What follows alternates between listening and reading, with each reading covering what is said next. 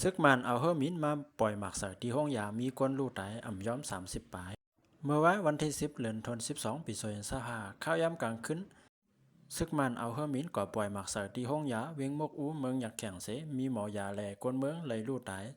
กว่าทั้งหมด33ก็หมัดเจ็บหมอก58ก็ว่าไหนเกี่ยวเลยลองในก้นเมืองอันจอยแถมก้นเมืองอยากแข่งลาดดีสื่อข่าวกว่าว่าย้อนซึกมันปล่อยหมักเสือที่ห้องยาในเสเมื่อเหลียวก้นเมืองก็อ่อนกันโกแฮแลปลายผาดกว่าก็ดีก็ตั้งไว้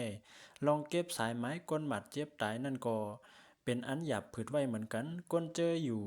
ตายเจอนั่นมังเจอเปลี่ยนไผอยู่ดีแล้วไผก็อ่ำหู้มังเจอซ้ำคาบโตปุดขาดกว่า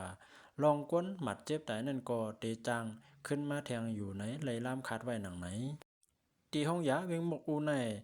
มีหมอยามีก้นเมืองในเปิ้นตีกว่ายุดยาโตดังนำแลกำพองก็เลยนอนลือตีห้องยามังเจอกว่านอนเป้อพ่อแม่พี่น้องอันใดนอนตีห้องยาเสเลยถูกย่าซึกมันเอาเฮอมิน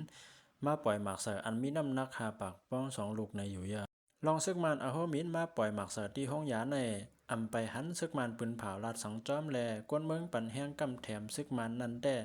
เต็มต่างไว้ในสื่อข่าวเขาว่าเป็นจุ้มซึกอยากแข่งเอเขายศยาโตแลจังไรเอาเฮอมินมาปล่อยหมากเสือในยาว